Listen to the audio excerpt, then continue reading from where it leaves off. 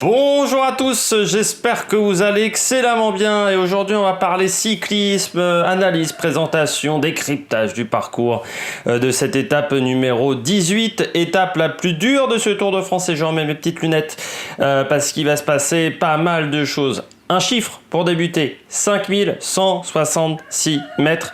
C'est le dénivelé positif de cette étape, c'est-à-dire quasiment 100 de plus c'est 100 de plus que l'étape de Nice.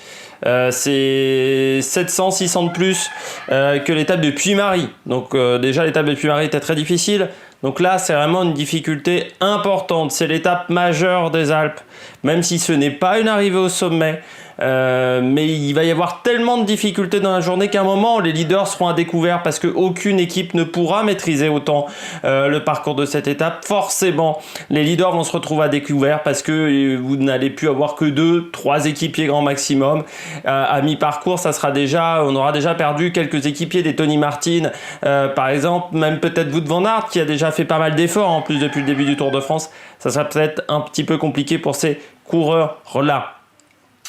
Faire attention, en plus le parcours est assez technique, donc voilà, il y a pas mal d'informations à donner et je pense qu'on va avoir des surprises sur cette étape avec des coureurs qu'on pensait intouchables et qui pourtant pourraient s'écrouler au fur et à mesure des multiples attaques et cette étape là elle aura peut-être pas un impact sur le classement général ce soir, mais elle aura peut-être un impact avec le contre-la-montre qui va nous emmener du côté de la planche Belleville parce que on manquera de fraîcheur. On aura fait beaucoup d'étapes sur cet effort-là, sur cette étape-là, pardon, et on aura beaucoup de mal à récupérer. On commence parce qu'on a beaucoup de choses à dire sur cette étape. Entre Méribel et La Roche-sur-Foron. Ça commence dès le kilomètre 13.5 avec un sprint à M dans cette étape, c'est-à-dire que le début d'étape va être très nerveux, très animé, toujours la bagarre, Sam Bennett, Peter Sagan pour le maillot vert, et là, les 13 premiers kilomètres, il n'y aura pas d'échappée. Faut pas s'attendre à ce qu'une échappée parte parce que ça soit la De Koninck ou que ça soit la Bora, je pense qu'on va rouler très très fort sur le début de journée. Et puis, 10 kilomètres après quasiment, on arrive à Bourg-Saint-Maurice, les Arcs, et c'est le début du cornet de Rosselan, col de première catégorie de 19,3 km à 6% de moyenne. C'est la difficulté la plus haute de ce parcours de cette journée, 1978 mètres le cornet de Rosselan. C'est surtout la longueur qui fait sa difficulté. Ça voulait pas s'afficher, bien entendu. Le cornet de Rosselan, voilà. Alors c'est pas très dur, on a eu des difficultés vraiment plus importantes, mais ça va écrémer forcément parce que c'est très long. C'est pas très régulier. Les derniers kilomètres sont vraiment difficiles aussi, avec un dernier kilomètre et demi à 8,3 de moyenne. Mais voilà, faut faire attention. C'est pas forcément une côte majeure, mais ça va rouler vite parce que je pense que l'échappée ne sera toujours pas sortie à ce moment-là. Donc le pied va être avalé à très gros rythme. Donc il faudra faire extrêmement attention parce que je rappelle que l'échappée, elle sortira pas sur les 10 km après le sprint intermédiaire. Donc ça risque de rouler extrêmement vite. Donc le cornet de Rosselan, on redescend. Faire attention à la descente du cornet de Rosselan, extrêmement technique cette descente. Donc faudra faire attention. Il y aura le col du Méraillé, mais on arrivera assez vite dessus et c'est pas une difficulté majeure de la journée. Juste après le cornet de Rosselan, on se prend donc la descente. La descente dure une vingtaine de kilomètres. On arrive au pied de la côte de la route des villes. 3 km, 7% de moyenne. Côte de 3e catégorie, c'est au kilomètre 67. C'est-à-dire encore plus de 100 km de l'arrivée, la côte de la route des villes. Je vous la montre tout de suite. C'est pas une difficulté majeure. Là, normalement, on devrait pas la prendre non plus à haute vitesse parce que si l'échappée est partie, que c'est une échappée un petit peu nombreuse, derrière, on est encore à plus de 100 km de l'arrivée. Donc même du côté des équipes de leaders, on aura peut-être l'envie de se reposer un petit peu, de reprendre son souffle après un début d'étape qui aura été musclé. Côte de la route des villes, 8%, 8,2, ça c'est le premier kilomètre, et puis après c'est un petit peu plus facile avec encore un passage à 6,9 pendant 1 km, une fin à 6,1, une côte qui fait 3 km. Ce n'est pas la difficulté majeure de la journée, loin de là, elle sera plus tard. Et puis ensuite on arrive à Beaufort, et puis on réenchaîne encore une nouvelle difficulté, ça ne s'arrête jamais sur cette étape.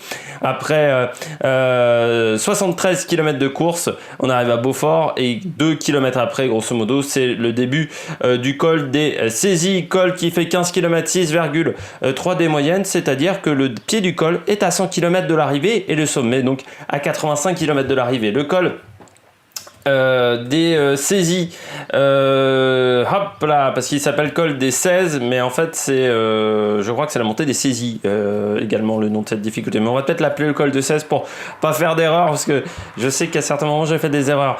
C'était irrégulier surtout sur la première partie avec des passages difficiles, par exemple entre le kilomètre 2 et le kilomètre 3, 9,3% de moyenne, entre le kilomètre 5 et le kilomètre 6, 10,4. Et puis encore un passage à 10,4 entre le kilomètre 10 et le kilomètre 11.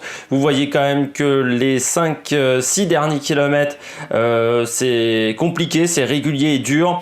Donc il faudra faire attention. Le pied n'est pas forcément le plus difficile, mais la deuxième partie, les 5-6 derniers kilomètres seront compliqués. Et là, on sera à 90 km de l'arrivée. Et si on veut faire des écarts, si on veut revenir dans le match avant le contre-la-montre, il faudra peut-être commencer à rouler très très fort. À partir de cette dernière rampe à 10,4% de moyenne. On repart sur cette étape avec une descente de nouveau pendant une quinzaine de kilomètres. On arrive à Flumet, et là c'est le col des Aravis, qui n'est pas une difficulté forcément qui fait peur, et pourtant c'est un col de première catégorie, 7,1 km à 6,8 de moyenne. On sera encore à quasiment 1500 mètres d'altitude également. Pendant très longtemps sur cette journée, on sera à 1500 mètres, donc ça fait mal en respiration. C'est pas si facile que ça à faire.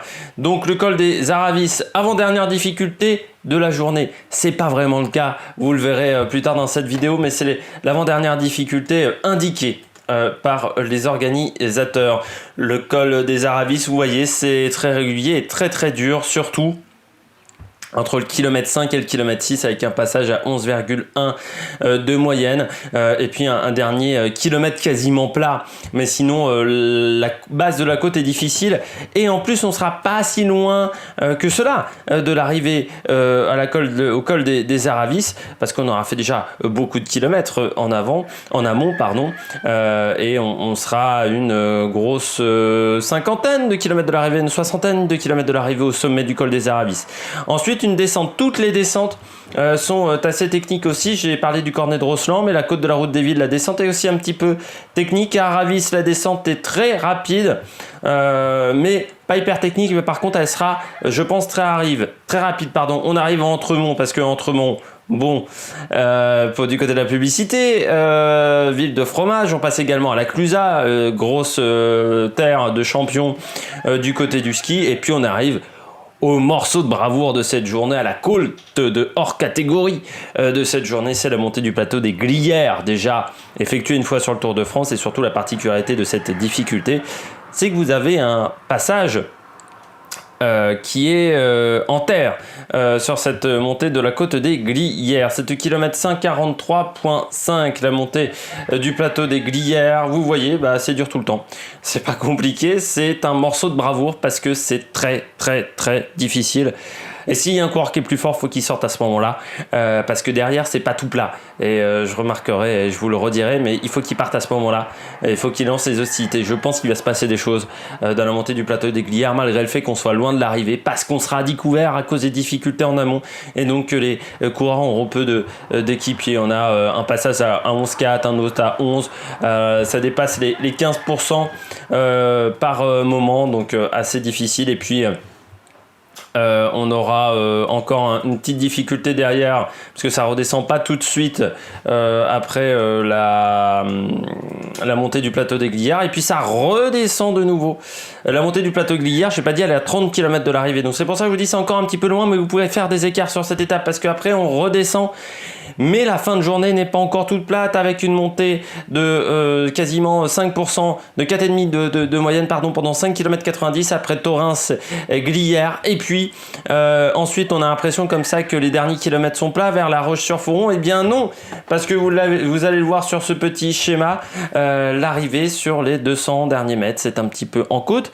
S'il y avait un petit sprint entre 2-3 échappées, la différence pourrait se faire grâce à cette difficulté. Donc une journée extrêmement longue, extrêmement difficile, et il va se passer des choses. C'est un peu le résumé de cette étape numéro 18. Pas négliger également que ça fera 175 km. C'est également une petite distance sur une étape de montagne. Du côté, faire attention également, c'est que le final est très tortueux, hein, j'ai oublié de le dire. Du côté de la côte des Glières, je crois me souvenir qu'il y avait un peu de terre, qu'il y a une partie qui n'est pas asphaltée, donc ça peut être également dangereux au niveau des crevaisons.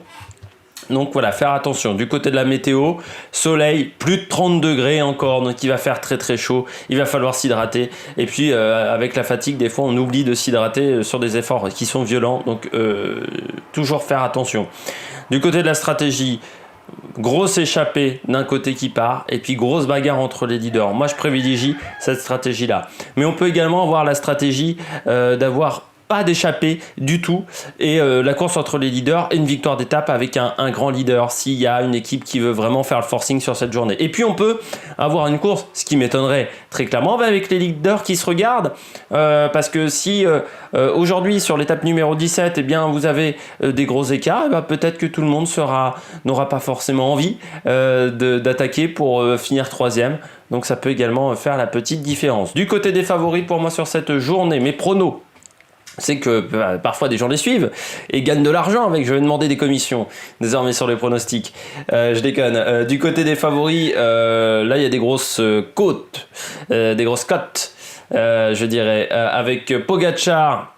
Si on n'avait pas d'échappée, Miguel Ángel López également si on n'avait pas d'échappée. Pourquoi? Parce que c'est un petit gabarit, Miguel Ángel López, et donc sur des forts pourcentages comme la montée du plateau des Glières, il est pas forcément tout de suite au classement général. Je crois qu'il a 2 minutes 30 à peu près de retard sur Roglic, donc on peut le laisser un petit peu partir, se faire avoir ensuite derrière. C'est ce qui était arrivé à Carapaz sur le Giro l'année dernière. Roglic t'avait laissé partir parce qu'il n'était pas hyper proche au classement général, et puis le problème c'est qu'il avait refait tout son retard ce jour-là. Pogačar, parce que pour moi c'est le plus frais aujourd'hui sur ce Tour de France et qu'il a une puissance physique assez démentielle. Et puis sinon j'ai mis 2 Français également en cas d'échappée. J'ai mis Alexis Villarmoz, qu'on a peu vu sur ce Tour de France, voire quasiment pas, donc ça veut dire qu'il est peut-être frais. Et puis Pierre Rolland, qu'on a beaucoup vu. Il y aura la bagarre pour le maillot à pois, et pourquoi pas réussir à s'échapper dans une échappée où il y aurait des coureurs qui auraient déjà été de nombreuses fois dans les échappées. Mais pour le maillot à pois, bien entendu, il y aura également une bagarre de ce côté-là. J'espère que vous avez aimé cette vidéo, c'est quasiment la vidéo la plus longue sur les présentations d'étapes. Si vous avez aimé la vidéo, n'hésitez pas à mettre un pouce bleu, n'hésitez pas à vous abonner à la chaîne, et puis nous, on se retrouve pour de nouvelles aventures, et surtout, n'hésitez pas à réagir dans les commentaires également. Allez, ciao ciao sur l'Amérique Production.